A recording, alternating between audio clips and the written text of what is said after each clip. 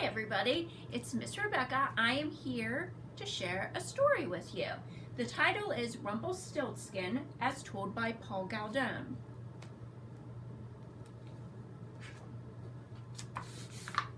Rumpelstiltskin.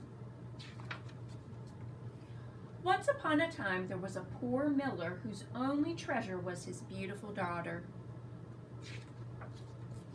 Now it happened that the miller had to go on an errand to the king.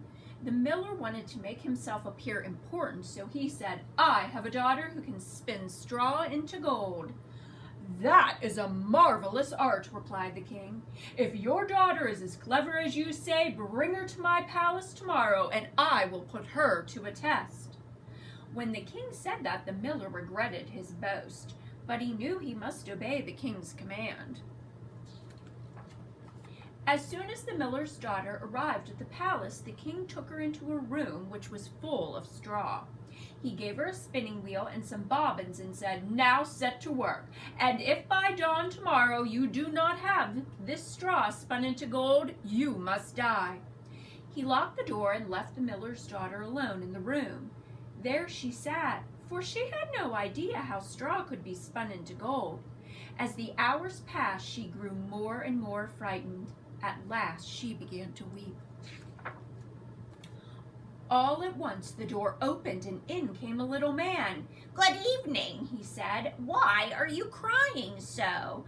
"Alas," answered the girl, "I have to spin straw into gold and I do not know how to do it." "What will you give me," said the little man, "if I do it for you?" "My necklace," said the girl. The little man took the necklace and seated himself in front of the wheel. Whir, whir, whir, whir, it went, and in 3 turns the bobbins was full. He put on another, and whir, whir, whir. The second bobbin was full too, and so it went until dawn, when all the straw was spun, and all the bobbins were full of gold. Then the little man slipped out the door. When the king arrived and saw the gold, he was astonished and delighted, but his heart only became more greedy. He had the miller's daughter taken into a larger room, which was also full of straw. "If you value your life," he said, "you must spin this straw into gold by dawn tomorrow." The miller's daughter looked at the pile of straw and began to cry. Just then the door opened and the little man appeared again. "What will you give me," said the little man, "if I spin this straw into gold for you?" "The ring on my finger," answered the girl.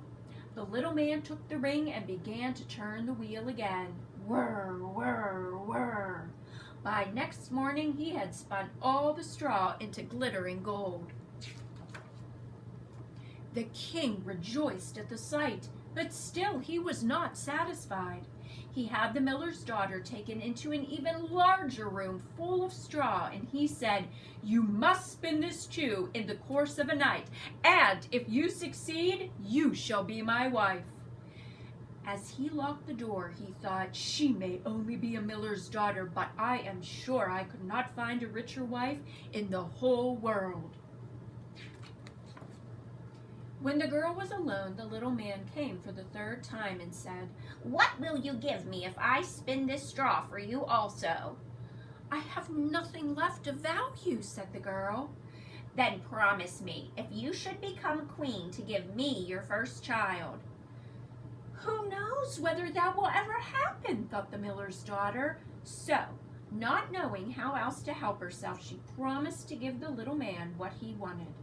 Grinning, he sat down at the wheel and once again, whir, whir, whir, spun more straw into gold.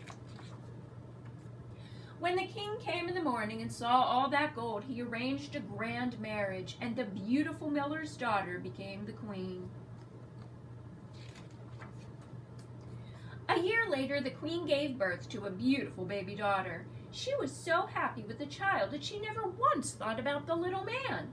But one day he suddenly appeared in her room and said, "Now give me what you promised." The queen was horrified and offered the little man all the riches of the kingdom if he would let her keep the child. But the little man said, "No, something alive is dearer to me than all the treasures in the world." At that, the queen began to sob so loudly that the little man took pity on her. "I will give you 3 days," he said. "If by the end of that time you find out my name, then you shall keep your child." The queen stayed up the whole night thinking of all the names she had ever heard, and she sent a messenger out to search far and wide for other names. When the little man came to the palace the next day, the queen began with Caspar, Melchior, and Balthazar, and then she said all the names she knew, one after the other. But to each one the little man said, "That is not my name." On the second day, the queen learned the names of everyone living near the palace. When the little man came again, she selected the most unusual ones. "Perhaps your name is Short Ribs," she said, "or Sheepshanks, or Lace Leg?" But the little man always answered, "That is not my name." On the third day, the messenger returned and told the queen, "I have not been able to find a single new name, but as I approached a high mountain at the end of the forest, I saw a little house.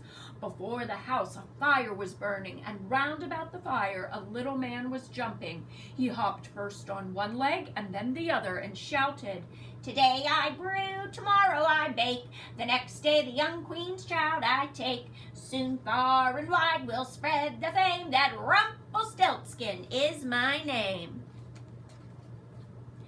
How glad the queen was when she heard the messenger's story. She repeated the name Rumpelstiltskin over and over. Soon afterward, the little man came in and asked, "Now, queen, what is my name?" At first she said, "Is it Conrad?" "No." "Is it Harry?" "No." "Then perhaps your name is Rumpelstiltskin." "Oh, the devil told you that! The devil told you that!" cried the little man. In his rage, he stamped his right foot on the ground so hard that he sank to his waist. Then he stamped his left foot so hard that he disappeared from sight. The earth fell in on top of him, and Rumpelstiltskin was never seen again. The end, my friend. My friends, that was Rumpelstiltskin. This is Miss Rebecca with the Shaler North Hills Library.